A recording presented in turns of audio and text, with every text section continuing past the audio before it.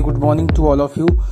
चलिए आज हम डिस्कस करने वाले हैं चक्रवात ताउते के बारे में। जनरली हम जानते हैं चक्रवात क्या होता है, और आज कल जो मीडियाज में एंड एटमॉस्फेरिक बदलाव जो देखने को मिले हैं, कहीं भारी बारिश हो रही, कहीं बहुत तेज हवाएं चल रही हैं, वो ताउते की वजह से चल रही हैं, साइक्लोन ताउते की वजह से चल रही हैं। तो लेट्स डिस्कस अबाउट ताउते। अब इसकी चर्चा क्यों हो रही है? सबसे पहले इसकी चर्चा इसलिए हो रही है क्योंकि गुजरात में बहुत सारी जगह पे लैंडफॉल्स हुई हैं, और इसके अलावा जो तटीय क्षेत्र हैं जैसे केरल हो गया, कर्नाटका हो गया, गोवा हो गया, महाराष्ट्र हो गया, और भी जो भी तटीय क्षेत्र हैं वहां पे इस चक्रवात ने बहुत तबाही मचाई है। अब इसका नाम ताउते कैसे पड़ा? फर्स्ट थिंग, ये उष्ण कटिबंधीय चक्रवात यानी ट्रॉपिकल साइक्लोन है, जिसका नाम म्यांमार ने रखा है। बर्मीज भाषा में इसका अर्थ है गेको, यानी एक अत्यधिक शोर करने वाली छिपकली। समानता अगर हम बात करें तो उत्तरी हिंदी महासागर का जो क्षेत्र है, बंगाल की खाड़ी और अरब सागर में उष्ण कटिबंधीय चक्रवात पूर्व मानसून अप्रैल से जून माह और मानसून के बाद अक्टूबर से दिसंबर की अवधि के दौरान विकसित होते हैं। मई, जून और अक्टूबर नवंबर के माह में गंभीर तीव्र चक्रवात उत्पन्न करने के लिए जाने जाते हैं, जो कि भारतीय तटों को प्रभावित करता है। अब इसका वर्गीकरण समझते हैं, क्लासिफिकेशन समझते हैं कि यह एक अत्यधिक गंभीर चक्रवाती तूफान से कमजोर होकर अधिक गंभीर चक्रवाती तूफान के रूप में परिवर्तित हो गया। मतलब समझने का प्रयास यह है, सुपर साइक्लोन नहीं है, लेकिन अभी भी ये गंभीर रूप लिया हुआ है।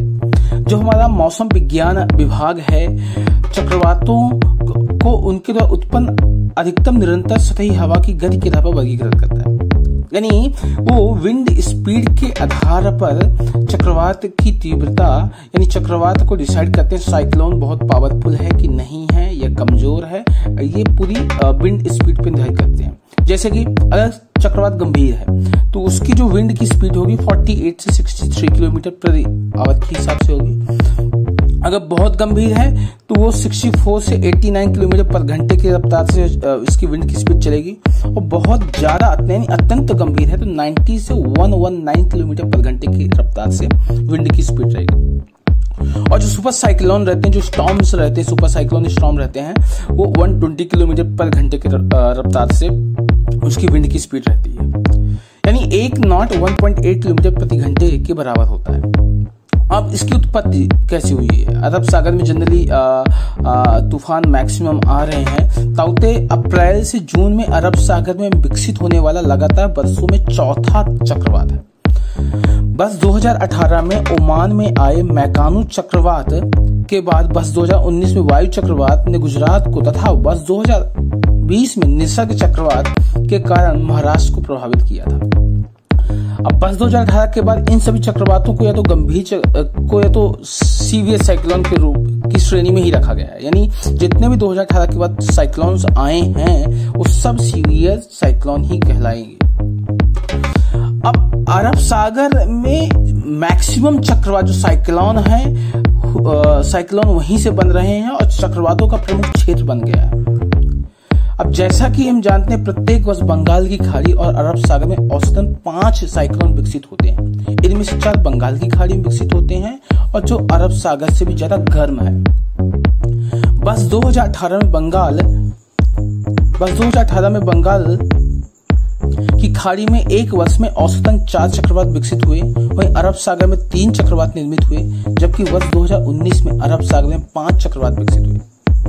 बंगाल की खाड़ी में 3 का निर्माण हुआ, जिस कारण अरब सागर में बीते 2 वर्षों में बंगाल की खाड़ी की तुलना में 3 अधिक चक्रवातों का निर्माण हुआ।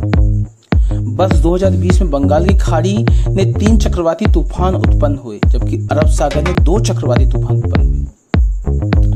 जहां की जो अभी का कुछ वर्षों में जो हमारे मौसम विज्ञानियों ने देखा है, जो वैज्ञानिकों हैं, उन्होंने ये देखा है, जो उनकी शोध है, उनकी जो रिसर्च है, ये बताती है कि अरब सागर भी गर्म हो रहा है। और ये गर्म क्यों हो रहा है? Because of global warming.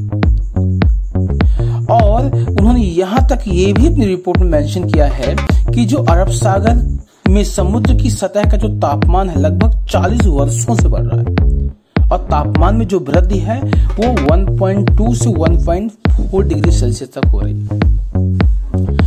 अब लेट्स अंडरस्टैंड अबाउट उष्णकटिबंधीय चक्रवात यानी ट्रॉपिकल साइक्लोन के बारे में समझने का प्रयास करते हैं।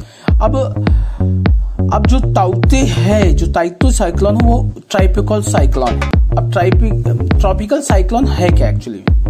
उष्णकटिबंधीय चक्रवात वह है जो एक तीव्र गोलाकार तूफान का रूप लेते हैं, जो गर्म उष्णकटिबंधीय महासागरों से उत्पन्न होते हैं और कम वायुमंडलीय दबाव, तेज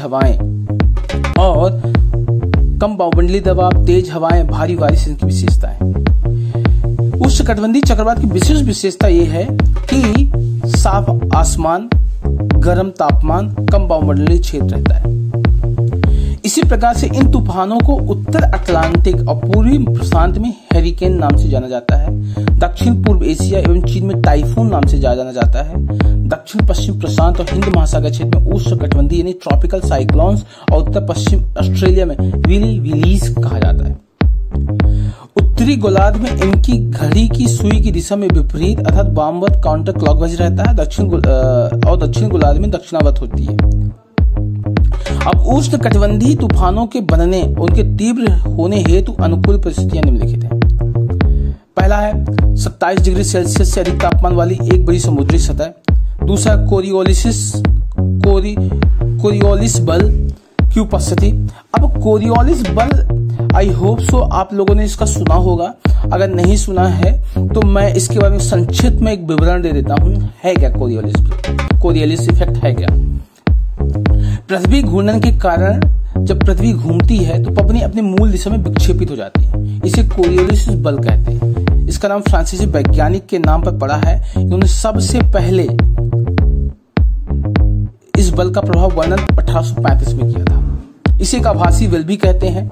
जैसे कि अगर चक्रवात उत्तरी गोलार्ध की घड़ी की सुई की विपरीत दिशा में था तो दक्षिण गोलार्ध की घड़ी की सुई की दिशा में घूर्णन करते हैं। महासागर की धाराओं के दिशा में परिवर्तन में ही यह बल सहायक होता है। यानी कहने का मतलब ये है कि जो कोरियोलिस बल है, अगर पृथ्वी जिस दिशा में घूम रही है उसके विपरीत दिशा में ये बल घूर्णन की वजह से उत्पन्न हो जाता है।